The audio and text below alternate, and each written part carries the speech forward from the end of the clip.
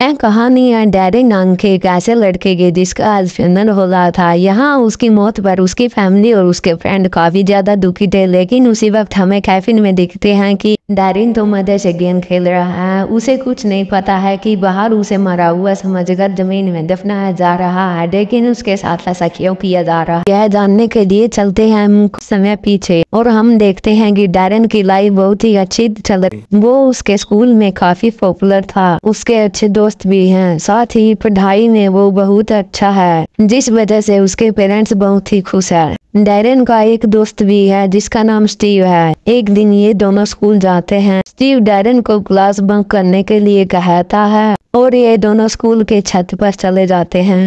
छत पर जाने के बाद स्टीव डैरेन को पत्थर से स्कूल की बल्ब को तोड़कर दिखाता है। तभी क्लास में टीचर वो छत से उन दोनों की आवाज सुनाई देती है, जिस कारण वो पकड़े जाते हैं और उनकी इस हरकत के बारे में उनके पेरेंट्स को बता दिया जाता है।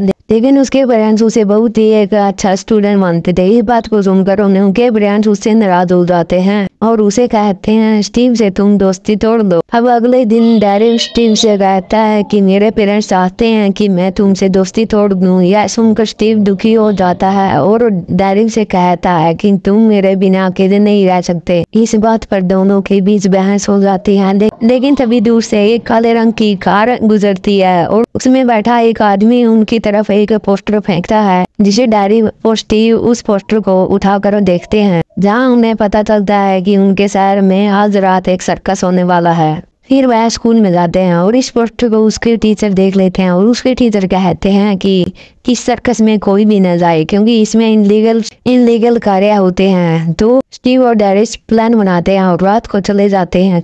वह दोनों चुपके साइकिल से चले जाते हैं और सर्कस में पहुंच जाते हैं। वहां पर वह देखते हैं कि एक बौना आदमी खड़ा हुआ है और उस बौने आदमी से वह दोनों सर्कस की टिकट ले लेते हैं।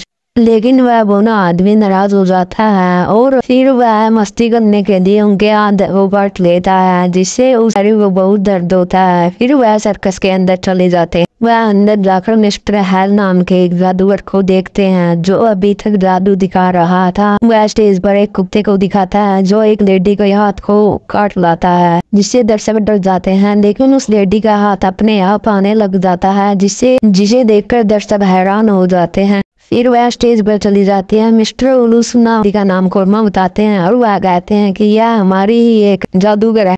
फिर एक अलेक्जेंडर नाम का तीसरा कलाकार आता है जिसके पेट में एक भी एलिप्स नहीं थी। अलेक्जेंडर के बाद वहाँ पर गीता नाम की एक लेडी आती है जो अपने दांतों से कुछ भी काट सकती है। फिर उसके बाद राम नाम का एक शख्स आता है जिसके 2 पेट होते हैं और वह कुछ भी खा सकता है। वह 3 पहिए की साइकिल को खाकर थूक देता है, जिससे लोग देखकर हैरान हो जाते हैं। जिसके बाद मैडम तो उसका नाम की एक खूबसूरत लेडी स्टेज पर आती है और वह डैरेन को स्टेज पर बुलाती और कहती है मैं अपना मैजिक दिखाने के लिए तुम्हें असिस्टेंट बनाना चाहती हूँ। डैरेन यह सुनकर राजी हो जाता है और कहता है तुम अपना जादू दिखाओ। फिर वह डैरेन का फ्यूचर देखती है और डैरेन का फ्यूचर देखकर वह लेडी हैरान हो जाती है। फिर उसके फेस पर अचानक से दाढ़ी आने लगती है। फिर वह चुपके दाढ़ी को काट लेती है और वापस अपने पुराने रूप में आ जाती है, जिसे दर्शक देखकर बहुत ही खुश हो जाते हैं।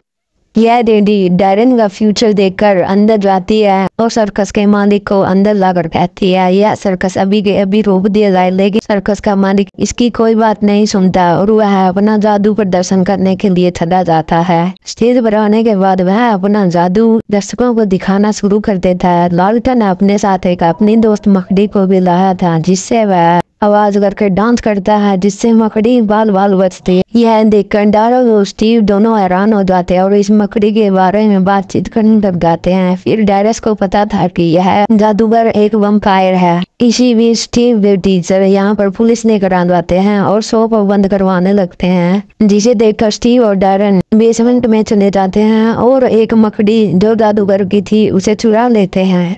तभी उसे लालटेन की आने की आवाज सुनाई देती है, इसलिए वह रूम में ही कहीं पर छुप जाता है और लालटेन का आने का इंतजार करता है। ये लाल्टन वैम्पायरों की बात करता है जो कि आदमियों का खून पीते थे और आदमियों को मार देते थे। इसी दौरान स्टीव वहाँ पर आ जाता है और लाल्टन को वैम्पायर बनाने के लिए कहता है, लेकिन लाल्टन मना कर देता है क्योंकि वह एक बहुत ही गुस्से वाला लड़का था। लेकिन स्टीव के बार बार रिक्वेस्ट करने पर लाल्टन मान जाता है। उसे बनाने के लिए वह पहले उसका ब्लड चेक करता है और ब्लड चेक कर उसे पता चलता है कि यह बहुत ही खतरनाक लड़का है, तो इसलिए वह मना कर देता है कि स्टीव मैं तुम्हें वैम्पायर नहीं बना सकता। तो इसलिए स्टीव नाराज हो जाता है और उसे लाल्टन को गाली देकर चला जाता है। उसके बाद लाल्टन को पता चलता है कि उसकी मकड़ी ओकटा किसी ने चुरा ली है, तो वह उसकी खोज करने के लिए यहाँ से चला जाता है और इसी को देखकर स्टीव भी यहाँ से निकल जाता है। जब स्टीव बाहर चला जाता है तो वही दो गाड़ी वाले आ जाते हैं और उसे किडनैप कर लेते हैं।